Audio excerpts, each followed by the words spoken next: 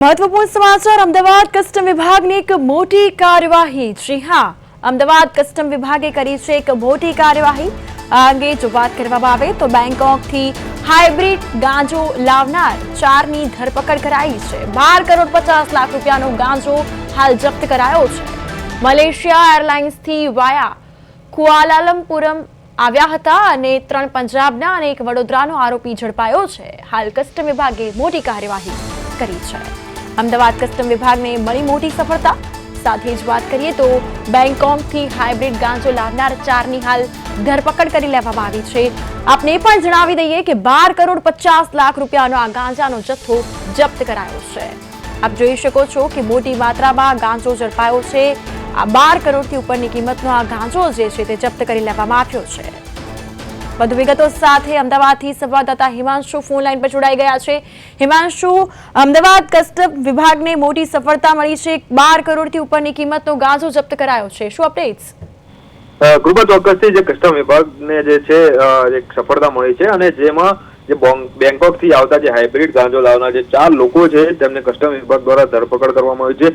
જે આ 4 લોકો છે તેઓ રૂપિયા 12 કરોડ 50 લાખનો જે ગાંજો છે તે લઈને આવી રહ્યા હતા અને આ લોકો બેંકોકથી વાયા કુઆલાલમપુર થઈ મલેશિયા એરલાઇન્સમાં આવ્યા હતા અને આ એરલાઇન્સમાં જે તેઓ છે તે ગાંજાની હેરાફેરી કરી રહ્યા હતા। પરંતુ જે પ્રમાણે જે એરપોર્ટ પર જે કસ્ટમ વિભાગને શંકા જતા તેમની તપાસ કરવામાં આવી હતી અને તે તપાસ દરમિયાન તેમની પાસેથી જે હાઇબ્રિડ ગાંજો છે તે ઝડપી લેવામાં આવ્યો છે અને જે હાઇબ્રિડ ગાંજાની સાથે જે 3 આરોપીઓ છે એ પંજાબના અને જે એક આરોપી જે છે તે વડોદરાનો હોવાનું જે છે તે સામે આવ્યું છે। જેમાં અજય પાંડે, સંદીપ, રોની અને મનપ્રીતની જે ધરપકડ કરવામાં આવી છે। તમામ બાબતોને ધ્યાનમાં રાખી કસ્ટમ વિભાગ દ્વારા જે તમામ આરોપી છે તેમની ધરપકડ કરવામાં આવી છે અને જે કસ્ટમની જે કોર્ટ છે તેમાં તેમને રજૂ કરવામાં આવશે અને તે આગળની જે તપાસ છે તે કસ્ટમ વિભાગ દ્વારા જે કરવામાં આવશે। કૃપા।